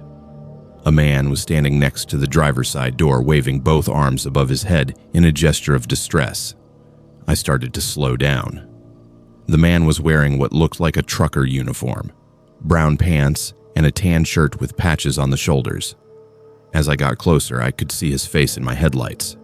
He was elderly, maybe 70s, with white hair and a weathered expression. He stepped toward the road and waved more frantically. I moved into the left lane to give him space and prepared to pull over on the shoulder ahead of him. I activated my turn signal and checked my mirrors. The truck was gone. I looked back at the shoulder where it had been parked. Nothing. No truck, no man, just empty pavement stretching into darkness. I braked hard and brought my rig to a stop on the shoulder. I grabbed my flashlight and climbed out of the cab. I walked back along the shoulder, shining my flashlight across the pavement and the adjacent slope. There were no tire tracks, no oil stains, no evidence that a vehicle had been parked there. The shoulder was clean and undisturbed. I stood there for several minutes, scanning the area with my flashlight. I saw nothing. No movement, no lights, no sounds except the occasional vehicle passing on the highway. I got back in my truck and continued driving. 5 miles later, I passed a 24-hour gas station and pulled in. The attendant was an older man, maybe 60, sitting behind bulletproof glass reading a magazine. I went inside and asked if he had heard of any breakdowns or stranded trucks on the highway that night. He looked at me and shook his head. "No, ma'am. Quiet night. You are the first commercial vehicle I have seen in 3 hours." I asked if there was any history of fog on that section of highway. He said no, not usually. The fog tends to stick to the lower elevations near the river, not the higher sections where the road climbs out of the canyon. I thanked him and left. I drove the remaining distance to Denver without incident. I delivered my load at 5:30 a.m., 30 minutes ahead of schedule. The receiving clerk inspected the cargo and confirmed the temperature logs were consistent throughout the journey. Everything was normal, but when I reviewed my dash cam footage later that day, I found something strange. The camera recorded me entering the fog at 2:18 a.m. The footage showed white opacity filling the windshield, just as I remembered. The timestamp on the video showed 2:18:14 when I entered. The timestamp when I emerged showed 2:21:07, 7 minutes, exactly as my phone had indicated. But the odometer in the corner of the frame showed only 0.1 miles traveled during those 7 minutes. And when the camera recorded the shoulder, where I saw the broken down truck, there was nothing there. No truck, no man, just empty road. But the footage showed something else. For exactly 3 frames, roughly 1/10 of a second, there was a faint outline of a vehicle visible on the shoulder. The image was translucent, like looking through frosted glass. Then it was gone. I saved that footage and uploaded it to my personal cloud storage. I have watched it dozens of times. The fog is real. The time discrepancy is real. The translucent vehicle is visible for 3 frames. I cannot explain any of it. I still drive Interstate 70 through Colorado. It is the main route between the western slope and Denver, and I cannot avoid it without adding hours to my deliveries. But I have driven through that specific section at night maybe 10 times since the incident. I have never seen the fog again. I have never seen a broken down truck on that shoulder. And my speedometer has always worked normally. But I keep that dash cam footage as a reminder that some sections of highway exist in places where normal rules do not apply. Time does not move correctly. Distance does not measure accurately. And vehicles appear and disappear without leaving evidence. You drive through it, you note what happened, and you continue. Some mysteries are not meant to be solved. This happened last October on Interstate 20 in Louisiana, somewhere between Shreveport and Monroe. My name is Emily, and I have been driving commercially for 7 years. I run mostly southern routes, from Texas through Louisiana, Mississippi, and Alabama. The work is steady and the climate is predictable, which matters when you are hauling temperature-sensitive cargo through regions where summer heat can destroy a load in hours. The night in question, I was hauling refrigerated pharmaceuticals from a distribution center in Dallas to a hospital network in Jackson, Mississippi. The cargo was high value and required strict temperature control between 36 and 46 degrees Fahrenheit. Any deviation outside that range for more than 15 minutes would trigger an automatic rejection at delivery. The load was worth roughly $400,000, and my company had emphasized the importance of this particular shipment. It was life-saving medication, time-critical with zero tolerance for delays or temperature excursions. I left Dallas at 7 p.m. on a Wednesday evening with a delivery window that opened at 6 a.m. Thursday morning. The route was straightforward. Interstate 20 east through Shreveport and into Mississippi, then south on Highway 49 into Jackson. Total distance was about 380 miles, with 2 planned fuel stops and 1 mandatory rest break. The weather forecast was clear and mild, temperatures in the low 60s with no precipitation expected. The first 3 hours were uneventful. I passed through Shreveport around 10 p.m. and continued east on Interstate 20 through the flat Louisiana countryside. Traffic was light, mostly passenger vehicles, and a few other commercial trucks spaced far apart.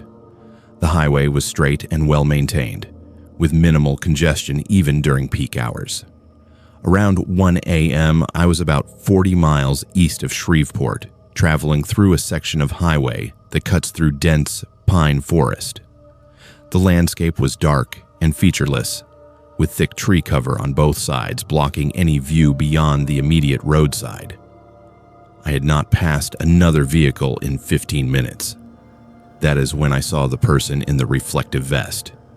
He was standing on the right shoulder about 200 yards ahead, illuminated by my headlights. He wore a bright yellow safety vest with reflective stripes and was holding what appeared to be a flashlight or signal wand. As I approached, he stepped toward the travel lane and raised his hand in a clear stopping gesture. My first thought was that there was an accident or road closure ahead. I reduced my speed and activated my hazard lights. But as I got closer, I noticed several things that did not make sense.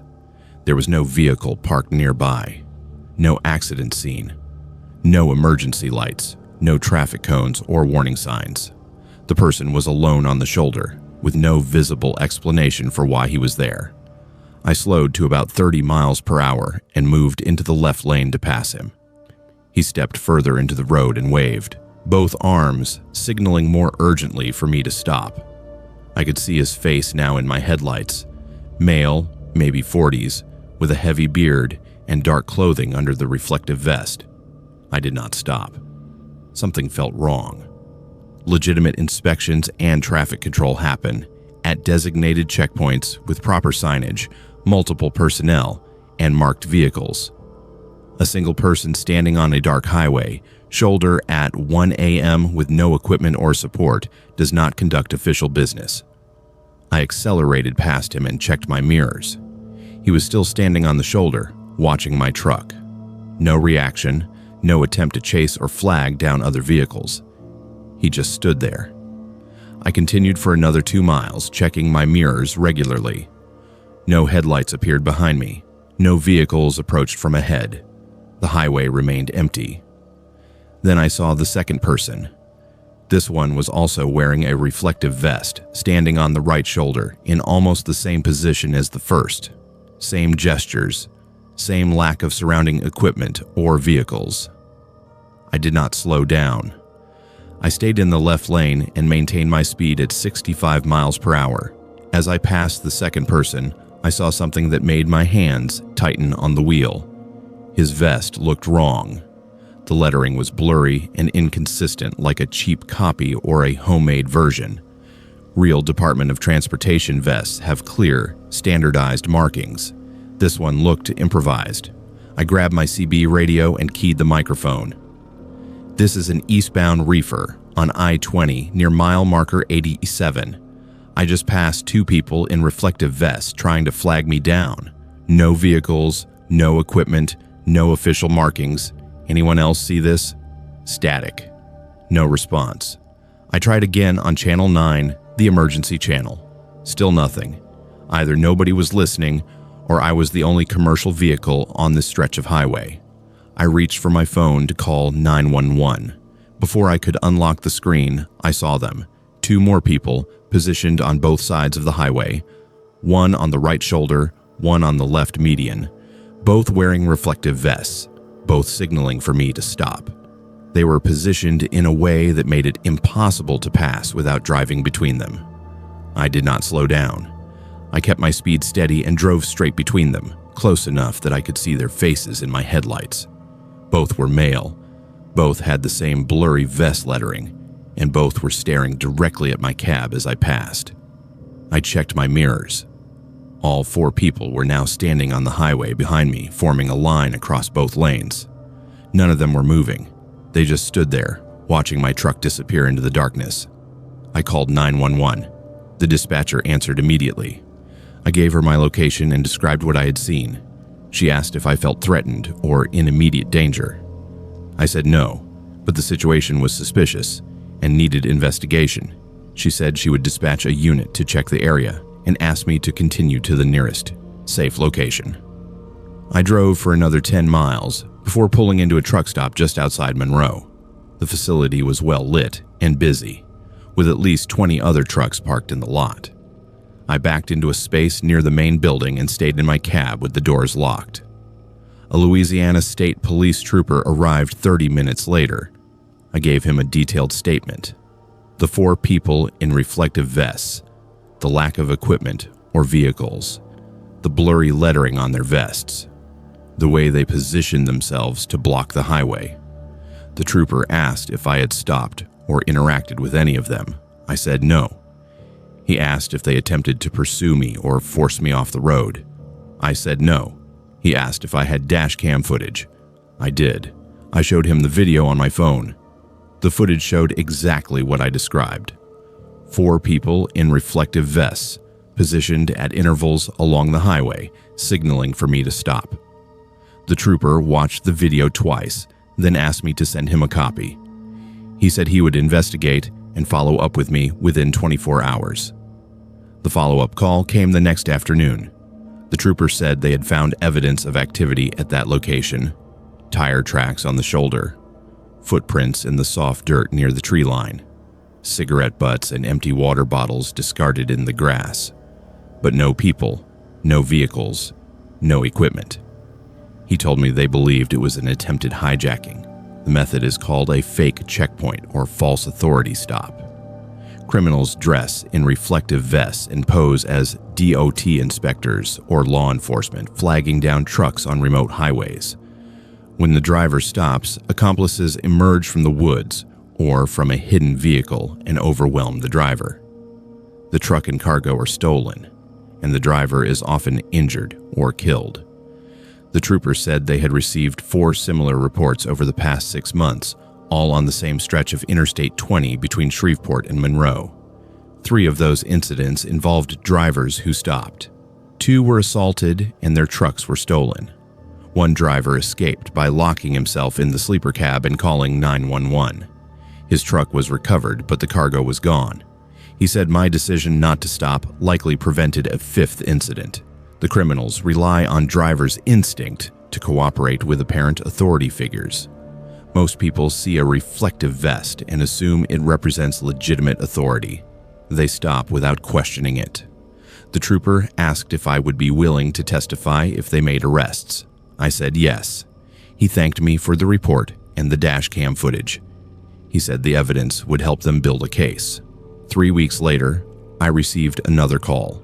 The Louisiana State Police had arrested 5 individuals in connection with the fake checkpoint scheme. The arrest came after a 6th incident where the criminals attempted to stop a truck carrying lumber. That driver also refused to stop, but he managed to get a partial license plate number on a vehicle that pursued him after he drove past the fake checkpoint. The plate led to a suspect, and that suspect led to the others. All 5 were charged with multiple felonies, including attempted carjacking, armed robbery, and conspiracy.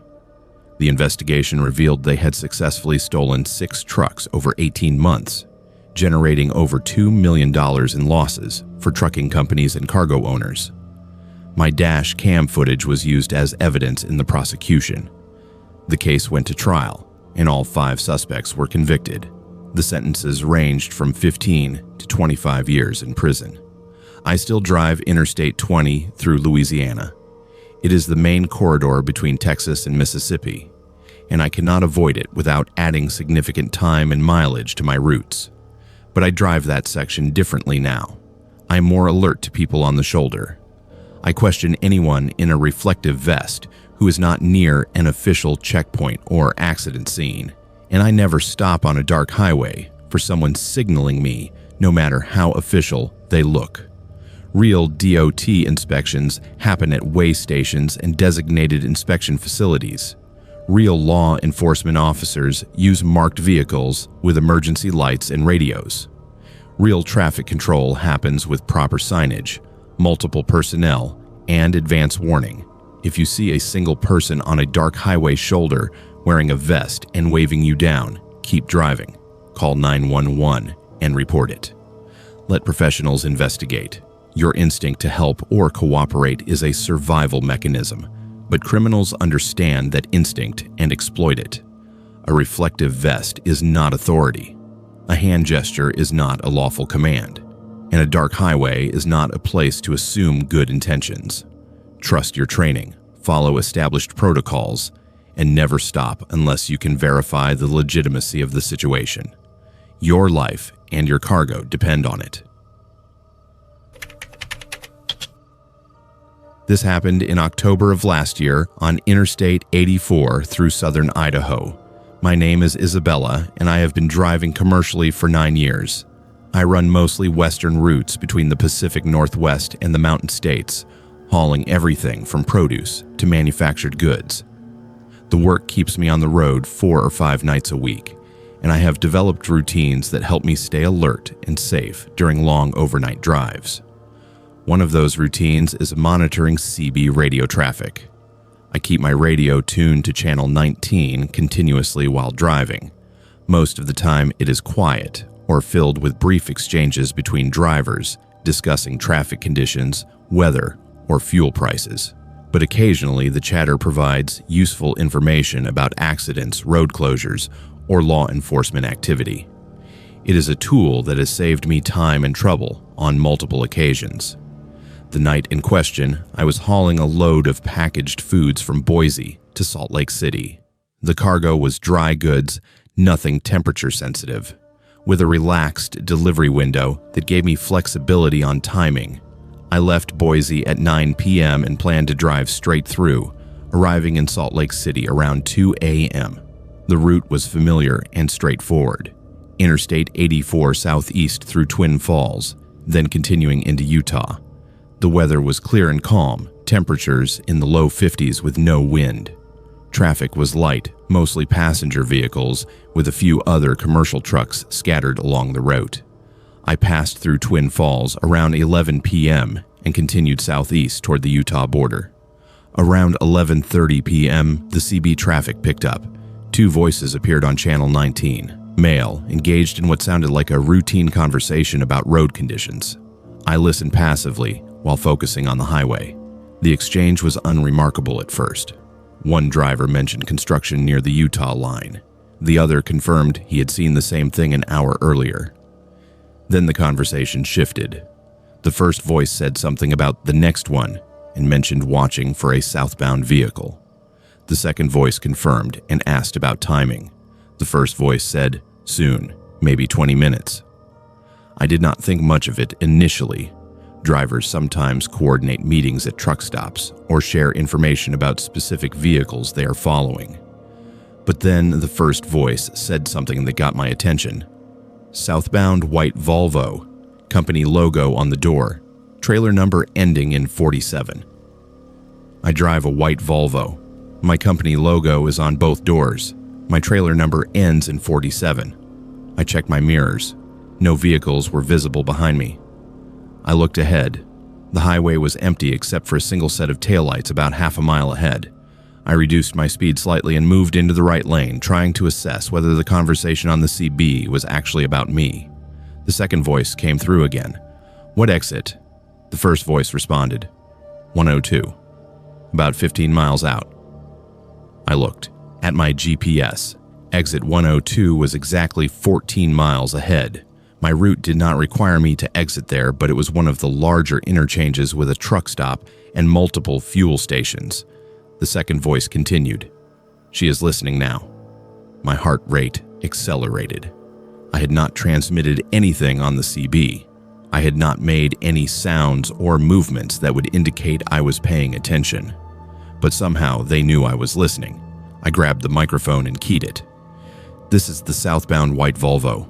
Who is this, and how do you know my truck? Static. No response, just the empty hiss of the open channel. I waited 10 seconds and tried again. This is Unit 47, identify yourself. Still nothing. The channel was completely silent. I switched to Channel 9, the emergency frequency. I keyed the microphone again. This is a commercial vehicle on I-84 requesting assistance. Someone is discussing my truck on CB radio, and I do not know who it is. No response. I cycled through several other channels listening for any sign of the two voices. Nothing. The entire CB spectrum was silent. I looked at my mirrors again. No headlights behind me.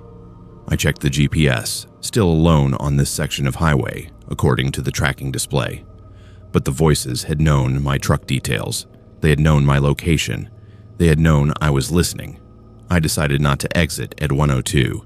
Instead, I would continue straight through to the next major town and find a well-populated area to assess the situation.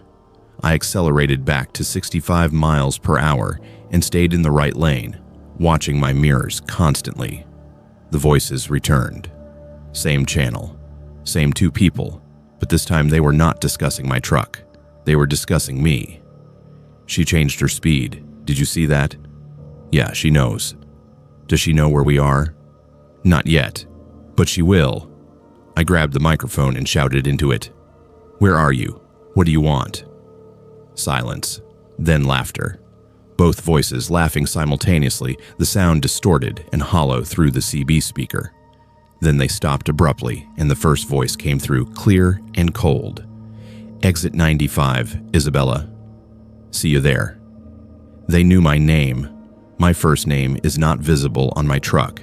It is not on my company documents or shipping paperwork. It is only in internal systems and on my driver's license. There was no way for another driver to know it by looking at my vehicle. I was approaching exit 95. I had not planned to exit there, but now I was reconsidering. If these people were waiting for me at exit 102, maybe I should exit early and find help at exit 95. There was a truck stop at that location, a large facility with 24-hour services and security cameras. I activated my turn signal and moved into the exit lane. As I decelerated down the ramp, I checked my mirrors. No vehicles followed me off the highway. The exit ramp was empty behind me.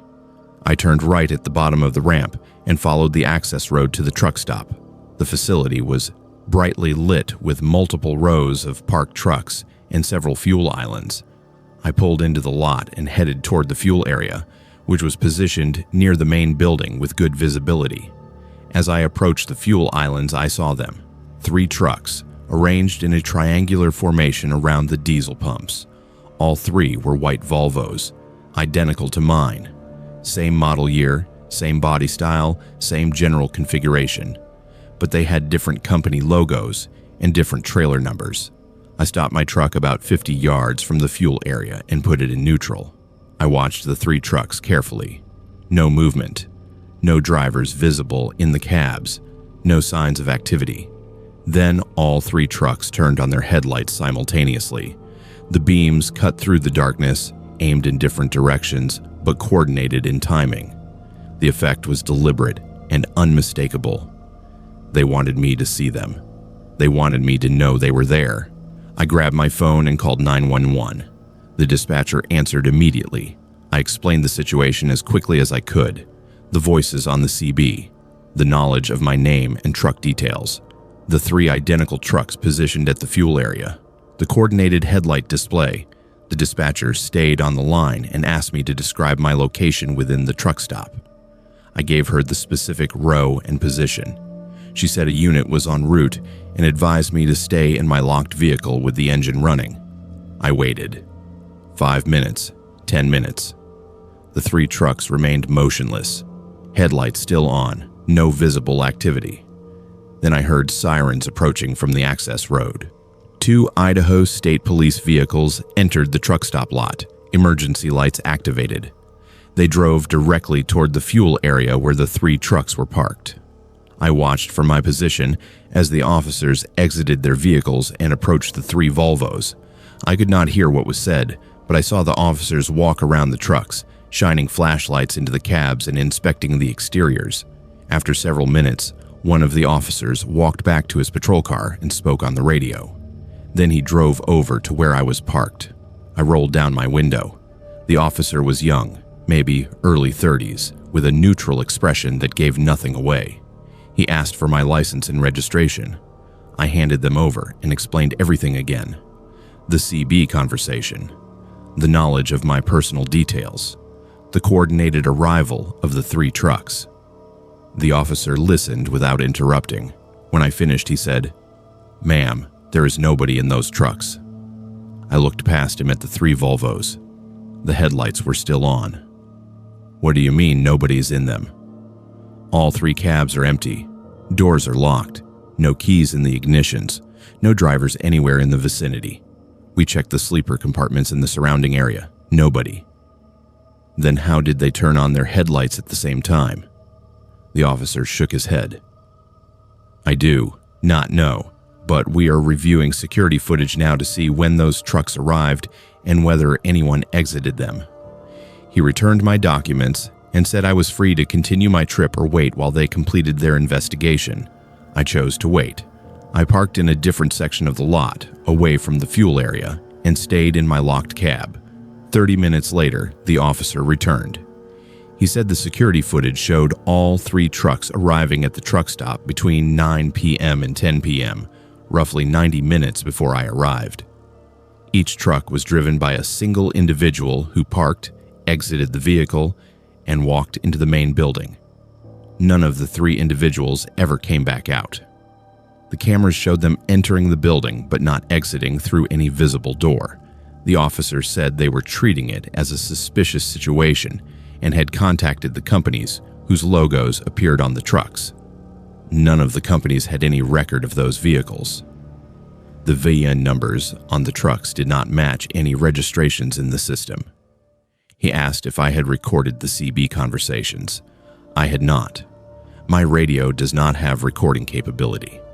He asked if I would recognize the voices if I heard them again. I said I thought so, but I was not certain. The officer advised me to continue to Salt Lake City and file a detailed report with my company. He said they would investigate further and contact me if they had additional questions. I left the truck stop and continued on Interstate 84. I turned off my CB radio and left it off for the remainder of the trip. I arrived in Salt Lake City at 3:30 a.m. and delivered my load without further incident. 2 weeks later, I received a call from an Idaho State Police detective. He said the investigation into the 3 trucks had reached a dead end. The vehicles were seized and inspected, but they contained no useful evidence. No fingerprints, no DNA, no cargo, no registration documents. The companies whose logos appeared on the trucks confirmed the logos were accurate, but the trucks themselves were not part of their fleets. The detective asked if I had experienced anything similar since that night. I said no. He said 2 other drivers had reported similar CB conversations on Interstate 84 over the past year. Both involved voices discussing the drivers by name and describing their vehicles in detail. One driver reported seeing multiple identical trucks at a rest area. The other reported nothing unusual after the CB conversation ended. I still drive Interstate 84 through Idaho. It is the main route between Boise and Salt Lake City, and I cannot avoid it without adding hours to my schedule. But I drive it differently now. I keep my CB radio off unless I need to make a call. I avoid stopping at that particular truck stop, and I pay attention to vehicles that look too similar to mine. Some conversations are not meant for your ears. Some warnings come disguised as threats. And some roads attract attention from things that know more about you than they should. This happened last October, during what should have been a routine delivery run from Baltimore to Richmond, Virginia. My name is Ava, and I have been driving commercially for 11 years. I work for a mid-sized logistics company that handles general freight for retail and manufacturing clients. The routes are mostly regional, keeping me within a 400-mile radius of our Baltimore terminal. I know the Eastern Seaboard corridors well, having driven them hundreds of times over the past decade. The load in question was commercial lighting fixtures destined for a warehouse in Richmond. The cargo was not particularly valuable, maybe $80,000 worth of merchandise, but it was time sensitive. The customer needed the fixtures installed by the end of the week, which meant any delay in delivery would cascade into their construction schedule. I picked up the load at 2 p.m. on a Tuesday afternoon and headed south on Interstate 95, with a delivery appointment scheduled for 7 a.m. the following morning. The drive should have taken about 3 hours, with a stop for fuel and food. I planned to arrive in Richmond around 6 p.m., park at a secure truck stop near the delivery location, and rest overnight before completing the delivery in the morning. The weather was clear and mild for late October, temperatures in the mid-60s with no rain forecast. I was about 90 minutes into the drive, just past Fredericksburg, when my phone rang. The call came through my truck's Bluetooth system, and the display showed it was from my company's dispatch number. I answered. The dispatcher identified herself as Rachel and said there had been a change to my delivery instructions. Instead of delivering to the Richmond warehouse address, I was being rerouted to a residential location about 40 miles southwest of Richmond in rural Virginia. She gave me the new address and said the customer had called the company directly to request the change. The fixtures were needed at a job site rather than the warehouse. I asked why I had not been notified earlier. Rachel said the customer had only called 20 minutes ago and the change had just been processed in the system. I asked if she could confirm the new address was legitimate. She read it back to me and said it was listed in the customer's account information. I asked for a contact name and phone number at the new location. She said she would send it via text message. The text arrived a minute later with an address on a rural route and a contact name, Anderson. No phone number was included. I called dispatch back and asked for the phone number again. The call went to voicemail. I left a message asking for confirmation and continued driving. Around 5:30 p.m., I exited Interstate 95 and headed west on a series of smaller highways toward the new delivery address. The GPS showed the location was in a sparsely populated area with minimal infrastructure. I passed through two small towns, both consisting of a few houses, a gas station, and not much else. The road narrowed from 2 lanes to 1 lane in each direction, then eventually to a single-lane road with gravel shoulders. The sun was setting, and the landscape was heavily wooded on both sides. I checked my GPS regularly. The address was still 20 miles ahead, deep in what appeared to be forest, with no nearby structures visible on the satellite view. I tried calling dispatch again. No answer. I tried the main company line. It rang, but nobody picked up. I checked the time. It was after 6 p.m. The office should still be staffed, but it was possible everyone was occupied with other tasks. I continued driving. The road became rougher, with potholes and uneven pavement. My truck bounced and swayed over the irregular surface. I reduced my speed to 30 miles per hour to maintain control. The GPS indicated I was 2 miles from the destination. I rounded a curve and saw a dirt road branching off to the right. A small wooden sign at the intersection displayed a number that matched the rural route address I'd been given. I turned onto the dirt road. The road was narrow, barely wide enough for my truck. Tree branches scraped against the sides of the trailer as I moved forward. The surface was rutted and uneven, forcing me to slow to 10 miles per hour. I checked my mirrors constantly, aware that backing out would be nearly impossible if the road did not widen. After half a mile, the road opened into a clearing. In the center was an old farmhouse, 2 stories, white paint peeling from the siding. No lights were visible in the windows. No vehicles were parked nearby. No signs of active construction or renovation. The property looked abandoned. I stopped my truck at the edge of the clearing and put it in neutral. I grabbed my phone and called dispatch again. This time, someone answered. A male voice I did not recognize. "This is Ava, driver 217. I'm at the delivery address you gave me, but there is nobody here. The property looks abandoned. Can you confirm this is the correct location?" A pause. Then the voice said, "Who gave you this address?" Dispatch.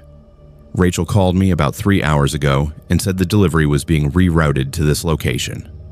Another pause. We do not have anyone named Rachel working dispatch today, and I'm looking at your load details right now. Your delivery is scheduled for the Richmond warehouse, same as the original order. No changes have been made. I felt cold. Someone called me from the company number. They gave me this address and said the customer requested the change. That is not possible.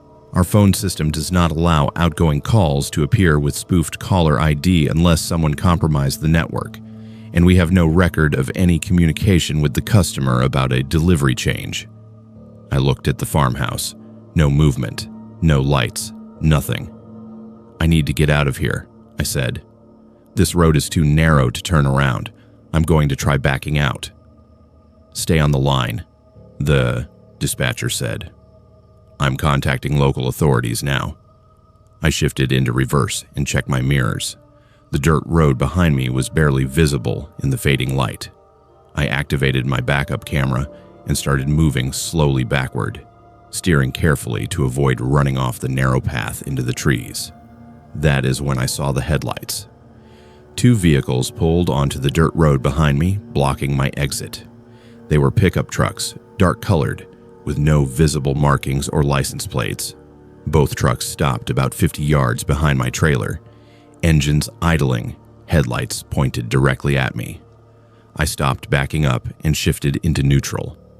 I kept the phone connected to dispatch and described what I was seeing. 2 vehicles blocking the road. I cannot back out. I am trapped in the clearing. The dispatcher said, "Emergency services are en route. Estimated arrival time is 18 minutes. Stay in your vehicle. Do not exit the cab under any circumstances." A third vehicle appeared. This one came from a side path I had not noticed, emerging from the woods to my right. It was another pickup truck, identical configuration to the first 2. It pulled into the clearing and positioned itself between my truck and the farmhouse, completing a triangle formation that boxed me in on 3 sides. The truck sat motionless, engines running, headlights on. No doors opened. No one exited the vehicles. They just idled in position, surrounding me. I checked my mirrors again. The road behind me was completely blocked. The clearing ahead was obstructed. The woods on both sides were too dense to drive through. I was immobilized. The dispatcher stayed on the line, asking me to provide updates every 30 seconds. I described the 3 trucks, the formation, the lack of visible occupants. My voice was steady, but my hands were shaking. Then I heard a sound that made my blood freeze. A mechanical grinding, metallic and loud, coming from my trailer. Someone was trying to open the rear doors. I activated my truck's emergency beacon, a GPS-based distress signal that alerts company headquarters and local authorities to my exact location. The system is designed for situations like this, where a driver is in immediate danger and needs rapid response. I grabbed the tire iron I keep under the seat and held it across my lap. The doors to my cab were locked, but if someone forced entry, I wanted something to defend myself with. The grinding sound continued for about 2 minutes, then stopped. I checked the camera feed on my phone that shows the rear of the trailer. The doors were still closed, but I could see 2 figures standing near them, partially visible in the faint glow of my taillights. The dispatcher said, "Authorities are 8 minutes out. I have state police, county sheriff, and a rescue unit responding to your location. Hold on." The 3 trucks suddenly turned off their headlights simultaneously. The clearing went dark. Only my running lights and the faint moonlight provided visibility. I could barely see the farmhouse or the surrounding trees.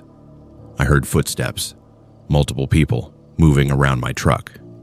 I could not see them clearly, but I could hear their boots on the gravel and dirt. Someone walked along the driver's side. Someone else moved toward the passenger side. A third person circled to the front of the cab.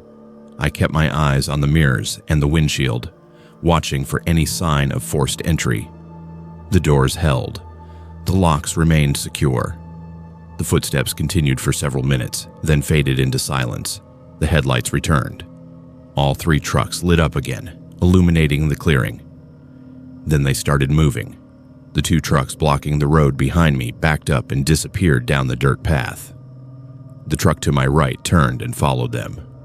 Within 30 seconds, all 3 vehicles were gone. I stayed in the cab, engine running, doors locked. I did not move. I waited. 6 minutes later, I saw the flashing lights. 3 Virginia State Police cruisers and a sheriff's vehicle came down the dirt road in a convoy. They pulled into the clearing with weapons drawn, securing the perimeter before approaching my truck. An officer tapped on my window and identified himself. I unlocked the door and climbed down. My legs were unsteady, but I stayed upright. The officer asked if I was injured. I said no. They searched the clearing, the farmhouse, and the surrounding woods. They found tire tracks from the 3 trucks, but no vehicles. They found footprints near my trailer and evidence that someone had attempted to force the rear doors open. The locking mechanism was damaged but still functional. The investigation revealed that someone had spoofed my company's phone system using a technique called caller ID manipulation. The call I received appeared to come from my company's dispatch number, but it actually originated from an untraceable burner phone. The entire reroute was fabricated to lure me to the remote location.